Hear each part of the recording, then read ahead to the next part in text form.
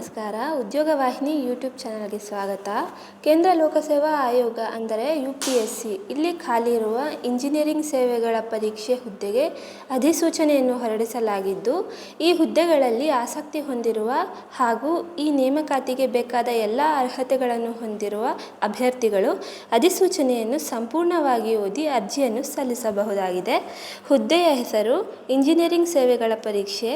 ಒಟ್ಟು 232 ಹುದ್ದೆಗಳಿದ್ದು, ಕೇಂದ್ರ ಲೋಕಸೇವಾ ಆಯೋಗದ ಅಧಿಕೃತ ಅಧಿಸೂಚನೆಯ ಪ್ರಕಾರ ಅಭ್ಯರ್ಥಿಯು ಯಾವುದೇ ಮಾನ್ಯತೆ ಪಡೆದ ಮಂಡಳಿಗಳು ಅಥವಾ ವಿಶ್ವವಿದ್ಯಾಲಯಗಳಿಂದ ಡಿಪ್ಲೊಮಾ ಪದವಿ, ಸ್ನಾತಕೋತ್ತರ ಪದವಿ, MSc ಪೂರ್ಣಗೊಳಿಸಿರಬೇಕಿದ್ದು, ಕೇಂದ್ರ ಲೋಕಸೇವಾ ಆಯೋಗದ ನೇಮಕಾತಿ ಅಧಿಸೂಚನೆಯ ಪ್ರಕಾರ ಅಭ್ಯರ್ಥಿಯು 1/1/2025 ಕನಿಷ್ಠ 21 ವರ್ಷ ಮತ್ತು ಗರಿಷ್ಠ 30 ವರ್ಷಗಳನ್ನು ಹೊಂದಿರಬೇಕಿರುತ್ತದೆ.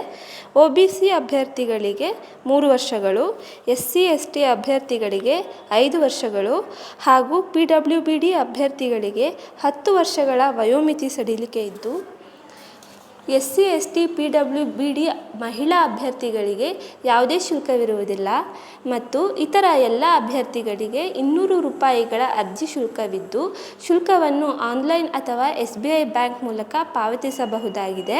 ಕೇಂದ್ರ ಲೋಕಸೇವಾ ಆಯೋಗದ ಅಧಿಕೃತ ಅಧಿಸೂಚನೆಯ ಪ್ರಕಾರ ಮಾಸಿಕ ವೇತನವನ್ನು ನಿಗದಿಪಡಿಸಲಾಗಿದ್ದು, ಅಭ್ಯರ್ಥಿಗಳನ್ನು ಪೂರ್ವಭಾವಿ ಪರೀಕ್ಷೆ, ಮುಖ್ಯ ಪರೀಕ್ಷೆ, ವ್ಯಕ್ತಿತ್ವ ಪರೀಕ್ಷೆ ಮತ್ತು ಸಂದರ್ಶನದ ಮೂಲಕ ಆಯ್ಕೆ ಮಾಡಲಾಗುತ್ತದೆ.